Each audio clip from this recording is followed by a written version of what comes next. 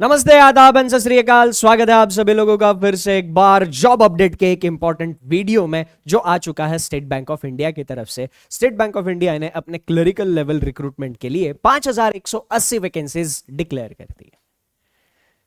तो इस बार eligibility criteria में कुछ बदलाव हुए हैं। वो क्या है?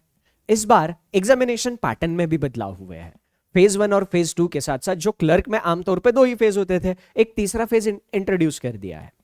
इस बदले हुए पैटर्न का हम लोगों को फायदा होने वाला है या ड्रॉबैक मिलने वाला है, ये आगे इस सेशन में डिस्कस करने वाले हैं। ये सब तामझाम करके आप जब सिलेक्शन ले लोगे और बैंक ज्वाइन करोगे तो भैया पैसा कितना मिलेगा, ये भी सारी चीजें हम लोग डिस्कस करने वाले हैं। तो इस वीडियो को आखिरी तक देखना अगर आप अपने करियर को एक नई दिशा देना चाहते हो। आपने किसी भी स्ट्रीम से ग्रेजुएशन कंप्लीट किया, कोई भी स्ट्रीम, तो आप ये एग्जामिनेशन दे सकते हो। आपका ग्रेजुएशन कंप्लीट होना जरूरी है।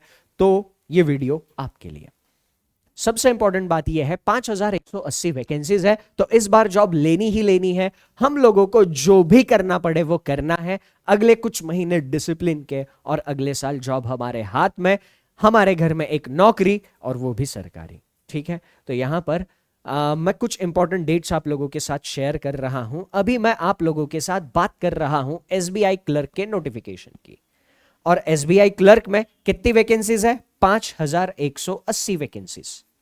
इन 5180 वैकेंसीज के लिए आप जो भी पढ़ोगे, जिस लेवल पर पढ़ोगे, जिस वैरायटी में, जिस पैटर्न में पढ़ोगे, वो एज इट इज आपको आईबीपीएस क्लर्क में काम आने वाला है। और इसकी 10,000 से ज्यादा वैकेंसीज ऑलरेडी निकल चुकी है। अगर आपने इसके लिए अप्लाई नहीं किया है तो आप इसके लिए भी अप्लाई कर सकते हो, है ना?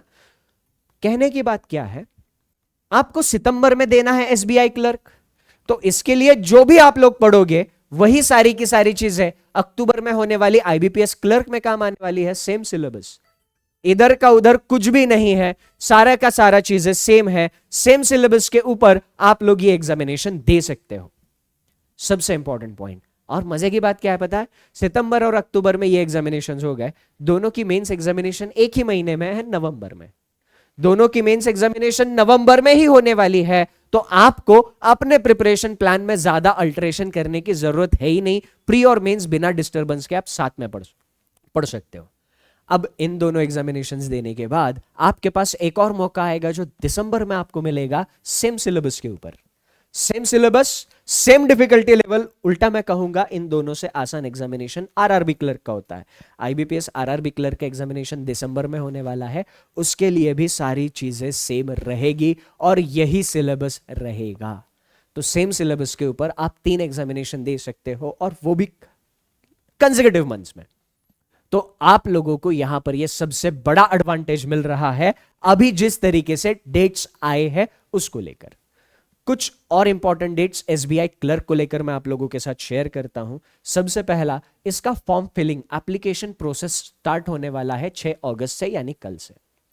तो फॉर्म एप्लीकेशन करने के लिए आपको जल्दबाजी करनी नहीं है, क्योंकि अभी तक का एक्सपीरियंस रहा है कि स्टूडेंट्स हड़बड़ी में कुछ ना कुछ गड़बड़ी कर बैठते हैं और वहां पर फॉर्म में कुछ ना कुछ गलतियां कर बैठते हैं और बाद में परेशान घूमते फिरते हैं। तो ये चीज आपको अवॉइड करनी है। कल सुबह सुबह फॉर्म फिलिंग का एक वीडियो मैं आप लोगों को बनाकर दे दूंगा। फॉर्म फिल करने से पहले, प्रोसीजर स्टार्ट करने से पहले आपको वो वीडियो एकदम अच्छे से देखना है, उसमें बताई हुई सारे स्टेप्स को फॉलो करना है। एसबीआई क्लर्क की प्रीलिम्स एग्जामिनेशन होने वाली है सितंबर 2025 में, और इसका मेंस एग्जामिनेशन होने वाला है नवंबर 2025 में। कौन दे सकता है ये एग्जामिनेशन? इस एग्जामिनेशन को देने के लिए आप लोगों की एज 20 से 28 के बीच में होनी जरूरी है। आपकी एज 20 से 28, यहां पर एक चेंज हमें देखने को मिला है 1 अप्रैल 2025। 1 अप्रैल 2025 पे आप लोगों की ये एज कंप्लीट होनी चाहिए। अब ये एज कैलकुलेट कैसे करेंगे, कंफ्यूज नहीं होना है बिल्कुल भी। इधर बर्थ डेट्स बताई गई है 2 अप्रैल 1997, और इसके बाद अगर आप पैदा हुए हो, यानी 3 अप्रैल 1997 या फिर 5 दिसंबर 2000, आप 2 अप्रैल 1997 के बाद अगर पैदा हुए हो और 1 अप्रैल 2005 के पहले, 2 अप्रैल 1997 के बाद में और 1 अप्रैल 2005 के पहले, ये दोनों डेट्स पर आप पैदा हुए हो तब भी कोई दिक्कत नहीं है। अगर आपका बर्थ डेट 2 अप्रैल 1997 है आप अप्लाई कर सकते हो, अगर आपका बर्थ डेट 1 अप्रैल 2005 है तब भी आप अप्लाई कर सकते हो। ठीक, तो ये एज को लेकर क्वालिफिकेशन था। एजुकेशनल क्वालिफिकेशन, आपका ग्रेजुएशन कंप्लीट होना चाहिए किसी भी स्ट्रीम से। आप साइंस, आर्ट्स, कॉमर्स किसी भी स्ट्रीम से अपना ग्रेजुएशन कंप्लीट कर लिए हो तो यहां से आप ये एग्जामिनेशन दे सकते हो। इसमें सबसे बड़ा चेंज इस बार भी हमें देखने को मिला है, और वो क्या है? सबसे बड़ा चेंज ये है, आपका ग्रेजुएशन 31 दिसंबर 2025 से पहले। क्या मतलब है इसका? अगर आप फाइनल ईयर में हो तो आप ये एग्जामिनेशन दे सकते हो। अगर आप फाइनल ईयर में हो तो आप लोग ये एग्जामिनेशन दे सकते हो। आपको क्या करना है, आपका जो भी फाइनल रिजल्ट होगा वो 31 दिसंबर 2025 के पहले आना जरूरी है। जब भी आपका डॉक्यूमेंट वेरिफिकेशन होगा, डॉक्यूमेंट वेरिफिकेशन के टाइम पे आपको अपना फाइनल रिजल्ट सबमिट करना होगा। वो फाइनल रिजल्ट आपका क्लियर होना चाहिए और 31 दिसंबर 2025 के पहले वो रिजल्ट आना चाहिए। अगर ऐसा है तो आप ये एग्जामिनेशन दे सकते हो फाइनल ईयर में होने के बावजूद।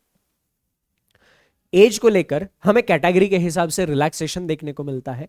ओबीसी कैटेगरी से जो भी फॉर्म अप्लाई करेंगे उनको 3 साल का रिलैक्सेशन मिलेगा। अब ये रिलैक्सेशन क्या होता है? हमें 20 से 28 के बीच में एज होनी जरूरी है। अब जो भी ओबीसी के कैंडिडेट्स होंगे उनको 28 + 3 यानी वो लोग 31 साल तक एग्जामिनेशन दे सकते हैं। जो एससी और एसटी कैटेगरी से है उनको 5 साल का रिलैक्सेशन मिलेगा, यानी 28 + 5 33 साल तक वो लोग एग्जामिनेशन दे सकते हैं। अगर वो आप पीडब्ल्यूबीडी जनरल या ईडब्ल्यूएस कैटेगरी से बिलोंग करते हो तो 10 साल का, यानी 28 + 10 38 साल तक इस कैटेगरी से अप्लाई करने वाले लोग एग्जामिनेशन दे सकते हैं। तो ये अपने कैटेगरी के हिसाब से यहां पर रिलैक्सेशन आपको मिल जाता है। अब एग्जामिनेशन पैटर्न में क्या बदलाव हुआ है इस बार?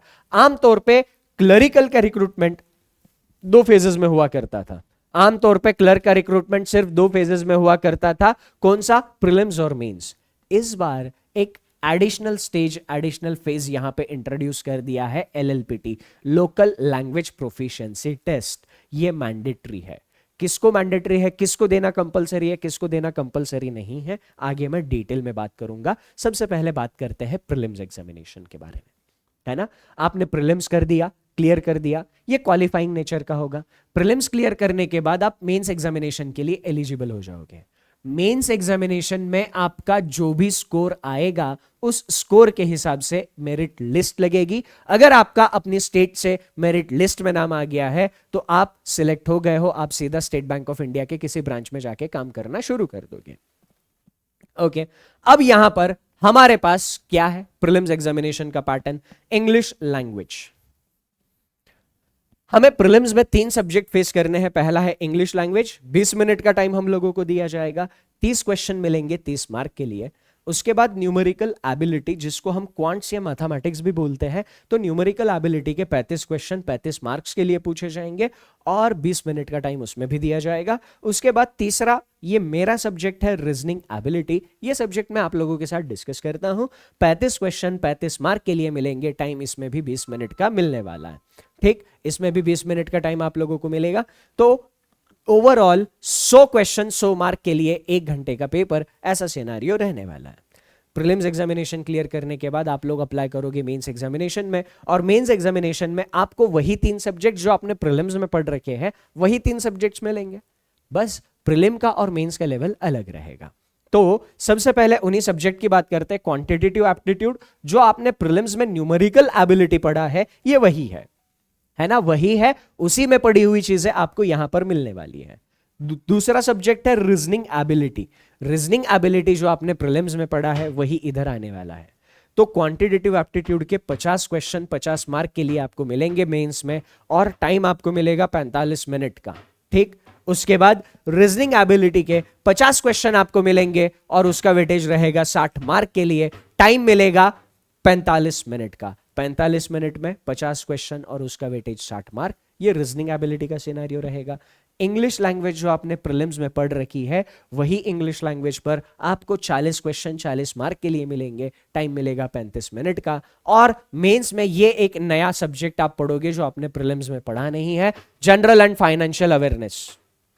जनरल एंड फाइनेंशियल अवेयरनेस आप लोग पढ़ोगे और वो आप मेंस के लिए नया पढ़ोगे, ये प्रीलिम्स में नहीं होगा। तो इसमें 50 क्वेश्चंस होंगे, 50 मार्क के लिए आएगा और 35 मिनट का टाइम इसमें आपको दिया जाएगा। तो ओवरऑल 2 घंटे 40 मिनट का मेंस एग्जामिनेशन होगा, 200 मार्क्स उसके लिए होंगे और 190 क्वेश्चंस आप लोगों से पूछे जाएंगे।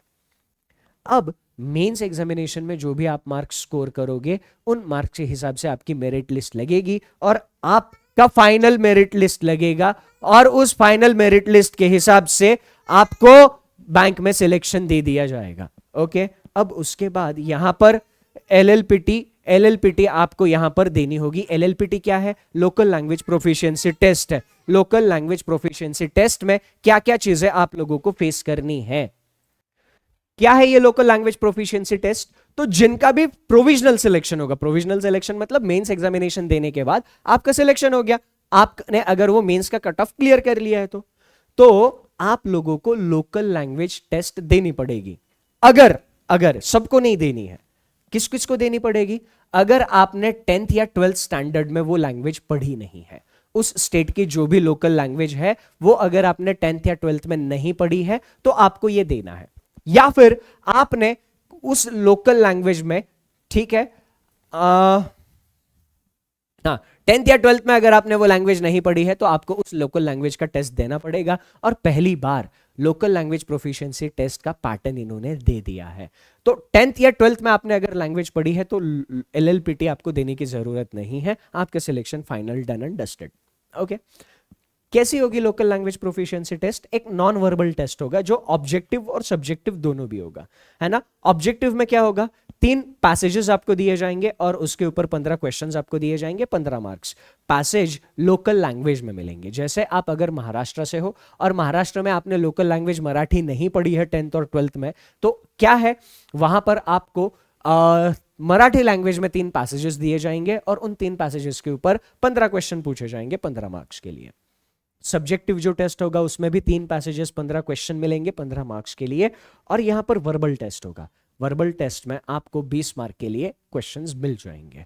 तो ये ऐसा एलएलपीटी का पैटर्न है, सिर्फ उन लोगों के लिए है जिन्होंने 10th और 12th में ये लैंग्वेज उस स्टेट की पढ़ी नहीं है। ये एग्जामिनेशन क्लियर करने के बाद सैलरी बहुत ही हैंडसम मिलने वाली है। 30,000 से 45,000 के बीच में आपको एसबीआई क्लर्क में सैलरी मिलती है, depending on the location. Location के हिसाब से अलाउंसेस चेंज होते रहते हैं, है ना। Special allowance, dearness allowance, location allowance होता है, लर्निंग अलाउंस होता है, एचआरए हाउस रेंट अलाउंस होता है। तो ऐसे सारे के सारे अलाउंसेस आपके लोकेशन के हिसाब से चेंज होते रहते हैं। तो जैसे अलाउंसेस चेंज होते रहेंगे वैसे आपकी सैलरी थोड़ी बहुत डिफर करती रहेगी। सिलेबस क्या पढ़ना है, मैं आपको सिलेबस बता दूं। रीजनिंग में आपको केवल 11 चैप्टर्स पढ़ने हैं। रीजनिंग में आप लोगों को केवल 11 चैप्टर्स पढ़ने हैं।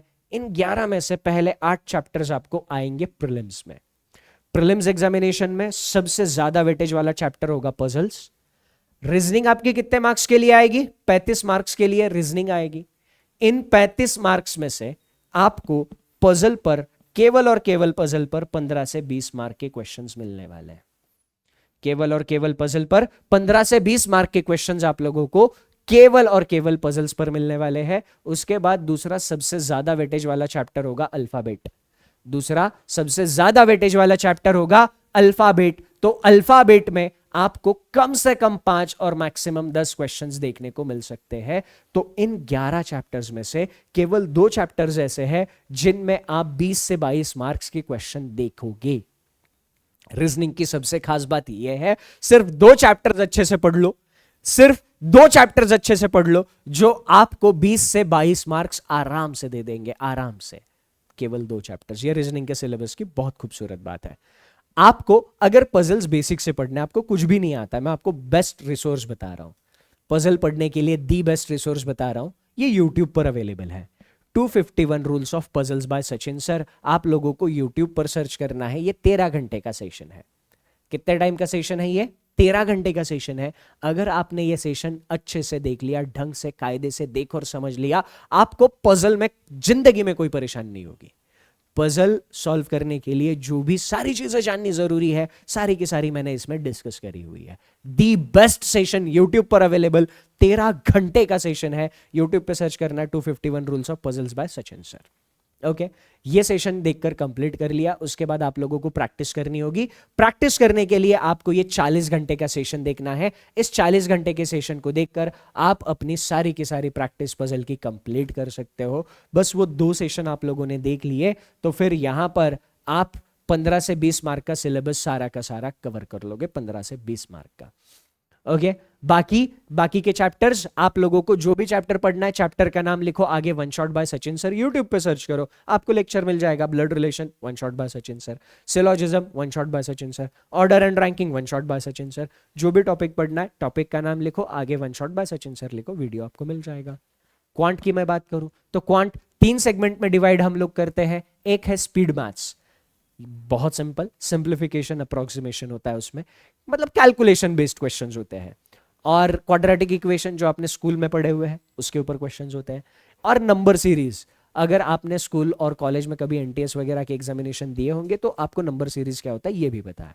तो ये 3 चैप्टर्स आपके स्पीड मैथ्स में आएंगे।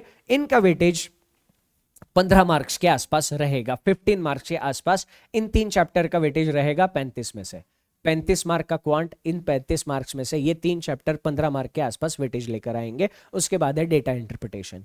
डेटा इंटरप्रिटेशन में 5 से 10 मार्क का वेटेज आपको देखने को मिलेगा। ठीक, अब बाकी बचे हुए सारे के सारे क्वेश्चन अरिथमेटिक से आपको देखने को मिलेंगे। ये तीसरा सेगमेंट है अरिथमेटिक। अरिथमेटिक क्या होता है? अरिथमेटिक में वही सारे चैप्टर्स होते हैं जो आपने स्कूल में पढ़े हुए हैं, percentage, ratio proportion, ages, averages, speed, time and distance, boats and stream, वो सारे चैप्टर्स जो आपने स्कूल में पढ़ रखे हैं। जैसे क्वांट को हम लोग 3 सेगमेंट में डिवाइड करते हैं, वैसे इंग्लिश भी 3 सेगमेंट में हम लोग डिवाइड करते हैं। इंग्लिश का पहला सेगमेंट है वोकैबुलरी। इंग्लिश का पहला सेगमेंट है वोकैबुलरी। वोकैबुलरी पर बेस्ड आपको कुछ क्वेश्चंस देखने को मिलते हैं। इंग्लिश का दूसरा सेगमेंट है ग्रामर। इंग्लिश का दूसरा सेगमेंट है ग्रामर और तीसरा सेगमेंट है रीडिंग। इन 3 सेगमेंट्स में इंग्लिश में हम लोगों को क्वेश्चंस देखने को मिलेंगे। सिलेबस के ऊपर डिटेल में वीडियो आपको अलग से भी मिल जाएगा। अभी मैं शॉर्ट में बता दूं, वोकैबुलरी के ऊपर आपको इंग्लिश में कुछ क्वेश्चंस देखने को मिल सकते हैं, जैसे सिनोनिम, एंटोनिम्स, है ना, फिलर्स। फिलर्स मतलब एक सेंटेंस दिया जाएगा, उसमें 2 ब्लैंक्स दिए जाएंगे और आपको बताना होगा नीचे दिए हुए ऑप्शन में से कौन सी ब्लैंक उस ऑप्शन में फिट होती है। वहां पे आपको वर्ड का मतलब समझ में आना चाहिए, है ना। तो ऐसे वोकैबुलरी के ऊपर कुछ क्वेश्चंस हमें एग्जामिनेशन में देखने को मिलेंगे। ओके, ग्रामर के ऊपर error detection, correct sentence, incorrect sentence, ऐसे क्वेश्चंस आपको एग्जामिनेशन में देखने को मिलते हैं। और रीडिंग में रीडिंग कॉम्प्रिहेंशन होता है, पैराजंबल होता है, ये क्वेश्चंस आपको रीडिंग में देखने को मिलेंगे। तो ये 3 सेगमेंट्स अगर इंग्लिश में आपके अच्छे हैं तो फिर आप इंग्लिश में अच्छा कर जाते हो। अब बात बचती है general awareness, banking awareness and current affairs, जो आपको मेंस में पढ़ना है। इसका प्रीलिम्स में कोई काम नहीं है, पर मेंस में इसका अच्छा खासा वेटेज है। तो जनरल एंड बैंकिंग अवेयरनेस में आप पहले तो बैंकिंग सिस्टम के बारे में पढ़ते हो, इंडिया की बैंकिंग सिस्टम क्या है, कैसे काम करती है। साथ ही में इंटरनेशनल बैंकिंग सिस्टम को लेकर आप यहाँ पर काम करते हो, इंटरनेशनल बैंकिंग सिस्टम कैसी है, क्या काम करती है, ये सारी की सारी चीज़ें आप यहाँ पर पढ़ते हो। उसके बाद आरबीआई के बारे में डिटेल में पढ़ते हो, रिजर्व बैंक ऑफ इंडिया अपने इन्फ्लेशन को कैसे कंट्रोल और रेगुलेट करता है ना, उसके पास कौन कौन से टूल्स है। तो ये सारी बहुत इंटरेस्टिंग चीज़ें हैं, आप current and banking awareness and general awareness में पढ़ने वाले बहुत मज़ा आएगा। तो ये सिलेबस है। अब रही बात तैयारी कैसे करनी है, जो लोग रिपीटर है उनको पता है मैं आप लोगों को क्या सजेशन देने वाला हूँ। हर बार की तरह मेरा सजेशन वही है, क्योंकि वही तरीका सबसे बेस्ट है और वही तरीके से आपको रिजल्ट मिलेगा। रिपीटर लोग मॉक टेस्ट देना शुरू करो, रिपीटर लोग मॉक टेस्ट देना शुरू करो। रेगुलर बेसिस पे मॉक टेस्ट आप लोगों को लगाने हैं, रेगुलर बेसिस पे आप लोगों को मॉक टेस्ट लगाने हैं और वो मॉक टेस्ट का एनालिसिस करना है। और शाम के 7 बजे यूट्यूब पर जो मैं सेशंस ले रहा हूं, उन सेशंस को रेगुलर बेसिस पे आप लोगों को अटेंड करना है। That's it. रिपीटर लोगों को बस इतना करना है। अगर आप बिगिनर हो तो आपको सबसे पहले डिसाइड करना है आप यूट्यूब से पढ़ना चाहते हो या आप बैच ज्वाइन करना चाहते हो। चॉइस आपकी है, मैं ये चॉइस आप लोगों के ऊपर छोड़ देता हूं। बैच ज्वाइन करने के अपने कुछ बेनिफिट्स है, क्या बेनिफिट्स है मैं आप लोगों को आगे बताऊंगा अगर आप उनको सुनना चाहते हैं, है ना। पर YouTube से अगर पढ़ना है, 2 सेशंस मैंने आप लोगों को पहले ही बता दिए। 251 रूल्स ऑफ पजल्स, ये आपको सारा का सारा पजल का ज्ञान दे देगा। इसके बाहर पजल में किसी भी एग्जामिनेशन में कुछ भी नहीं आता है। उसके बाद आपको ये 40 घंटे का सेशन प्रैक्टिस के लिए पढ़ना है। उसके बाद रीजनिंग का कोई भी सब्जेक्ट आप लोग पढ़ना चाहते हो, टॉपिक पढ़ना चाहते हो, टॉपिक का नाम लिखो, आगे one shot bye Sachin sir Google पे लिख दो, यूट्यूब पे लिख दो, आपको सारे सेशंस मिल जाएंगे। अब उसके बाद अगर आप बैच ज्वाइन करना चाहते हो तो I would recommend you bank Mahapack. Bank Mahapack में एसबीआई क्लर्क का टारगेटेड बैच आपको मिल जाएगा, वो लोग आप फॉलो कर सकते हो। ठीक, बैंक महापैक क्या होता है? बेसिकली 1 साल का सब्सक्रिप्शन है, और इस 1 साल के सब्सक्रिप्शन में आपको अगले 1 साल तक जितनी भी बैचेस आएगी सारी की सारी बैचेस का एक्सेस आप लोगों को मिल जाता है, तो आप वहां से अपने आने वाले सारे एग्जामिनेशन की तैयारी कर सकते हो। लाइव बैचेस में क्या होता है? हमारे बैचेस में आपको लाइव क्लासेस मिलती है। क्या क्या मिलता है? लाइव लेक्चर्स मिलते हैं। तो लेक्चर देखते वक्त आपको कुछ डाउट आए, जो कि आमतौर पे आता नहीं है, अगर कुछ डाउट आए तो आप तुरंत अपना डाउट क्लियर कर सकते हो। अगर आप किसी रीजन की वजह से लाइव लेक्चर नहीं देख पाते हो तो आपको उस लेक्चर का रिकॉर्डिंग भी दिया जाता है, तो वो लेक्चर रिकॉर्डेड फॉर्मेट में आप लोगों के पास रहता है, आप बाद में देखना चाहते हो देख सकते हो। लेक्चर देख लिया, उसका रिकॉर्डिंग देख लिया, अब उसको रिवीजन करना है तो उसके रिवीजन के लिए आपको नोट्स भी दिए जाएंगे। अब आपने लेक्चर देख लिया, रिवीजन भी कर लिया, आपको क्वेश्चन सॉल्व करने प्रैक्टिस करनी है, प्रैक्टिस करने के लिए आपको डीपीपीस दिए जाएंगे, डेली प्रैक्टिस पेपर्स। ये चैप्टर कंप्लीट होने के बाद आपको मिलेंगे, तो डेली प्रैक्टिस पेपर्स आप लोगों को दिए जाएंगे। ठीक, डेली प्रैक्टिस पेपर्स के बाद, डेली प्रैक्टिस पेपर्स के बाद आप लोगों को यहां पर डाउट प्लेटफॉर्म भी मिलता है। अगर आपको कुछ डाउट आता है तो 24/7 डाउट प्लेटफॉर्म आप लोगों के लिए अवेलेबल है। आप कभी भी पढ़ रहे हो, रात के 2 बजे पढ़ रहे हो, डाउट आया, डाउट प्लेटफॉर्म पर डाल दो, हमारी टीम 24 घंटे के अंदर आपके डाउट का रिप्लाई दे देती है। तो आपके प्रिपरेशन के लिए जितनी भी चीजें जरूरी है, और इतना ही नहीं, ये सब होने के बाद आपको लगता है यार अब मेरी तैयारी अच्छे खासे लेवल की हो चुकी है, मुझे मॉक टेस्ट लगाना है, तो बैचेस में आपको मॉक टेस्ट भी मिल जाएंगे। तो ये सारी की सारी चीजें आप लोगों को यहां पर मिल जाती है। ओके, तो फिर सारी चीज़ें मैंने आप लोगों के साथ शेयर कर दी है एसबीआई क्लर्क नोटिफिकेशन के रिगार्डिंग। इसके अलावा आप लोगों को अगर कोई भी डाउट है, कोई भी दिक्कत या कोई भी समस्या परेशानी है, तो आप इस वीडियो के नीचे कमेंट करके पूछ सकते हो। मैं या मेरी टीम आपके क्वेरीज का रिप्लाई जरूर दे देगी। That's it from my side in this short session. Thank you, take care, and सबसे important, enjoy your time. Bye bye.